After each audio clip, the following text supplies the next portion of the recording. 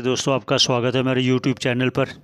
सभी के मंगल की कामना करते हुए आइए ईशावास्य उपनिषद का जो 12वां मंत्र है उस पर चर्चा श्रवण करते हैं। पूर्णमादाय पूर्णमेवावशिष्यते। ओम शांति शांति शांति। 12वें मंत्र के अवतरण भाष्य की चर्चा प्रारंभ होनी है। सफल है कर्म उपासनाएं, इसे बता करके उनमें हेयत्व का भी निराकरण किया गया। तो एक एक का अनुष्ठान निंदनीय होने से जो त्याज्यत्व प्राप्त हुआ था वह एक एक के अनुष्ठान का अलग फल बता करके ये बताया गया कि त्याज्य भी नहीं है। तो फिर उपादेय होंगे, तो उपादेय होते तो निंदा न होती। तो अभिप्राय निकला कर्म उपासना दोनों का समुच्चय अनुष्ठान अधिकारी करता है, तो कर्म से निवर्त्य मल और उपासना से निवर्त्य विक्षेप दोनों का साथ साथ निवर्तन हो जाता है निष्काम भाव से करने से। अब 12वें मंत्र के अवतरण भाष्य को देखिए, उसमें बताया गया है कि प्रकृति माया है और माई यानी प्रकृति रूप उपाधि वाला मायापति वो परमेश्वर है। तो यहाँ परमेश्वर को प्रकृति शब्द से ग्रहण नहीं करना है, अपितु परमेश्वर की उपाधि जो माया उसे प्रकृति शब्द से ग्रहण करना, और वह भी उपास्या है। प्रकृति भी, उसकी भी उपासना की जाती है और उसकी उपासना का फल है प्रकृति की उपासना करने से प्रकृति लय प्राप्त होता है। यानी प्रकृति में उसकी अहंता स्थापित हो जाती है। कार्य से,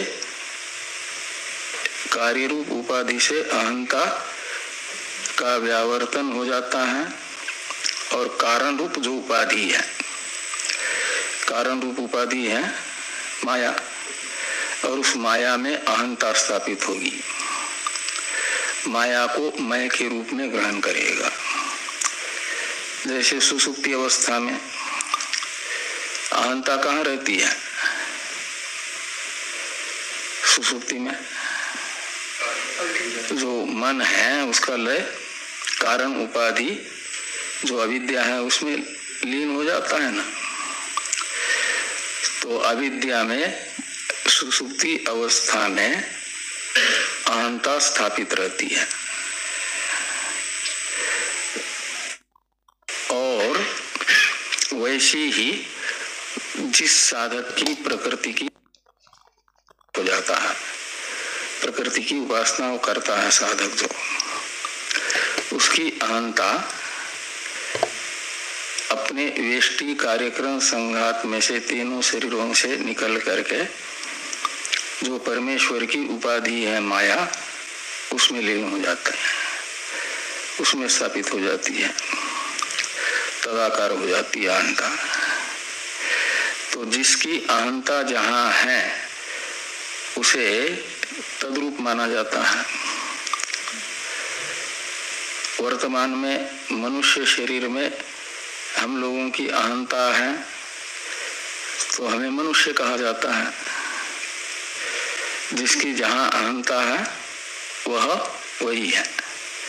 अहंता का विषय जिसके जो है उसे तदात्मक कहा जाता है, तद्रूप कहा जाता है। उससे उनमें त्याज्यत्व सिद्ध नहीं होगा। तो त्याज्यत्व भी नहीं है, निंदा होने से निंदा होने से उपादेयत्व तो नहीं है और अलग अलग फल बताने से एक प्रकार से त्याज्यत्व तो भी नहीं है, तो फिर क्या है, किस अभिप्राय से इनको इनकी निंदा और पृथक फल कथन है, यह आकांक्षा होगी तो 14वें मंत्र में समुच्चय विधान किया जाएगा। ये बताया जाएगा कि समुच्चिचिषया यानी समुच्चिचिषा कहा जाता है समुच्चय की इच्छा। किसके समुच्चय की इच्छा? तो व्याकृत अव्याकृत उपासनयोः हो।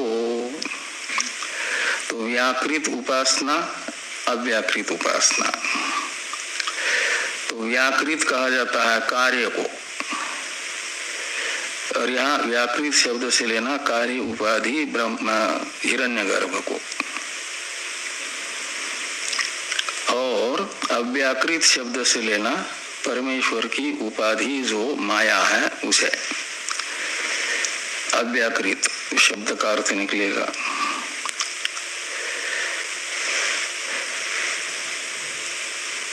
तो व्याकृत अव्याकृत उपासना, इन दोनों का समुच्चय अनुष्ठान की इच्छा से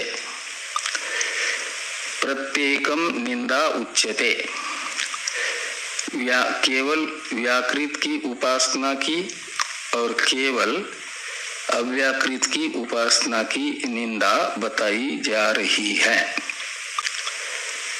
12वें मंत्र से। तो 12वें मंत्र का उच्चारण कर ले। अंधन्तमः प्रविशन्ति ये सम्भूतिमुपासते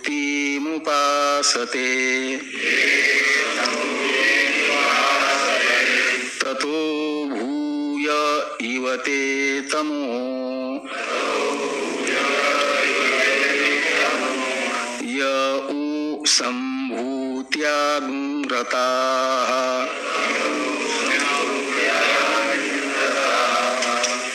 इस प्रकार 6 और 9 15 पद हैं 12वें मंत्र में। पूर्वार्ध का अन्वय इस प्रकार होगा कि ये असंभूतिम उपासते ते अंधन्तमः प्रविशन्ति। जो द्वितीय पाद में प्रारंभ में यत् शब्द का बहुवचन है ना, ये इसके द्वारा अपेक्षित तत् का अध्यार किया जाएगा। ये प्रथमा बहुवचन है तो ते भी तत् का भी प्रथमा के बहुवचन का प्रयोग किया जाएगा ते। ये शब्द का अर्थ जो होगा वह उपासते क्रियापद के अर्थ का कर्ता होगा,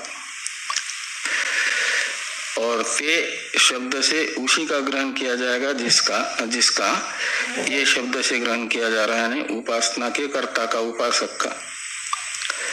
तो ते यानी उपासका। प्रविशन्ति क्रियापद के कर्ता होंगे, और इसमें असंभूतिम ये उपासना क्रिया के कर्म को बताने वाला पद है। भाष्य में जिसे अव्याकृत शब्द से ग्रहण किया जा रहा था, अवतरण भाष्य में अव्याकृत शब्द का अर्थ क्या बताया था? व्याकृत शब्द का अर्थ बताया था, व्याकृत का हिरण्यगर्भ माया। तो असंभूति शब्द का अर्थ भी माया निकलेगा, अव्याकृत निकलेगा। और असंभूति शब्द में द्वितीया का एक वचन है ना, उपासना क्रिया के कर्म को बता रहा है। यानी उपास्य को बता रहा है। उपासना क्रिया का जो कर्म होता है उसे उपास्य कहा जाता है। ज्ञान का जो कर्म होता है उसे ज्ञेय कहा जाता है। तो असंभूतिम यानी अव्याकृतम अर्थात माया और इसी की जो उपासना करते हैं, ये असंभूतिम उपासते का अर्थ निकलेगा जो माया की उपासना करते हैं। जो उपासक उस माया की उपासना करने से उपासकों को क्या प्राप्त होता है फल? तो फल बताया जा रहा है कि ते अंधन तमः प्रविशन्ति। तो अंधन तमः का अर्थ है घोर अंधकार। वो घोर अंधकार क्या है? अज्ञान, मूल अज्ञान। उसी को अव्याकृत कहा जा रहा है, उसी को असंभूति कहा जा रहा है, उसी को माया प्रकृति अव्याकृत